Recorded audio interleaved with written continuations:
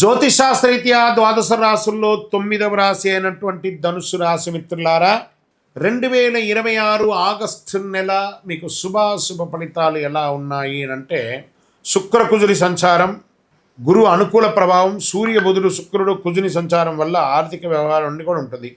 అవకాశాలు, అభివృద్ధి, ఆధ్యాత్మిక ప్రగతి కూడా ఉంటుంది. శని అర్ధాష్టమంలో ఉన్నాడు.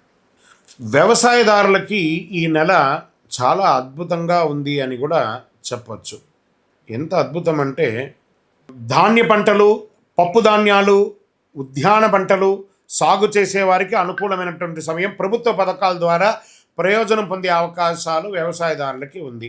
ఇంకా విద్యార్థులకి తీసుకుంటే గురువుల మార్గదర్శనం విజయానికి దోహదం చేస్తుంది. వ్యాపారం చేస్తున్న వారికి అర్ధాష్టమ శని నడుస్తుంది కాబట్టి తొందరపాటు నిర్ణయాలు ఏది కూడా తీసుకోకండి. కొత్త పెట్టుబడులకి కాస్త ఆలస్యం అయితే మీకు చాలా మంచిది అని కూడా చెప్పడం జరుగుతుంది. కోర్టు కేసుల విషయంలో జాగ్రత్తగా ఉండవలసినటువంటి సమయం.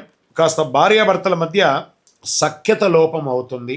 ఆదాయ మార్గాలు వచ్చినా కూడా ఖర్చులు కూడా అంతే విధంగా పెరుగుతుంది. భూమి, ఇల్లు లేదా వాహనం కొనుగోలు చేసే అవకాశం ఉంది. విద్య, పర్యాటక, ప్రచురణ, కన్సల్టెన్సీ, ఈ-కామర్స్, దిగుమతి ఎగుమతి రంగాల్లో మంచి అవకాశాలు ఉన్నాయి. ఐటీ, సాఫ్ట్వేర్, బ్యాంకింగ్, విద్య, లా, ప్రభుత్వ సేవలు, ట్రావెల్స్, కన్సల్టెన్సీ ఉన్నవారికి అభివృద్ధి పెరుగుతుంది. ఉద్యోగ మార్పు కోరుకునే వారికి మంచి అవకాశం. ఉన్నతాధికారుల నుంచి ప్రశంసలు పొందే అవకాశాలు ఉన్నాయి. ప్రభుత్వ ఉద్యోగాల్లో అసాంఘికమైనటువంటి కార్యక్రమాలకి పాల్పడకండి, జాగ్రత్త పడండి. ప్రేమికులు పరస్పర విశ్వాసం పెంచుకుంటే మంచిది. ఆరోగ్యం పట్ల తొడ భాగంలో, నడుము భాగంలో, కాలేయ సంబంధిత చిన్న సమస్యలు, జీర్ణకోశ సమస్యలు ఇవన్నీ కూడా ఉంటాయి కాబట్టి జాగ్రత్త. ఒక మంచి డాక్టర్ని సంప్రదించండి, చాలా మంచిదని కూడా చెప్పచ్చు.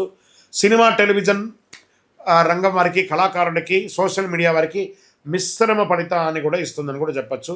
రాజకీయ నాయకులు పార్టీలో కొత్త బాధ్యతలు ఇచ్చేటప్పుడు మీ మీద కాస్త బాగా ఇబ్బంది వచ్చే మాటలు కూడా వచ్చే ఉంటుంది. ప్రజల్లో చాలా జాగ్రత్త పడండి. కోర్టు కేసులో అస్థిరత్వంగా ఉంటుంది. ఒకానొక సమయంలో కేసు ఓడిపోతామేమో అనే భయం కూడా వచ్చే అవకాశాలు ఉంటాయి. జాగ్రత్త పడండి. తొందరపడి పెద్ద నిర్ణయాలు తీసుకోవద్దు. అనవసరపు వాగ్దానాలు చేయొద్దు. ఆరోగ్యాన్ని నిర్లక్ష్యం చేయొద్దు. ప్రయాణాల్లో జాగ్రత్తగా ఉండండి.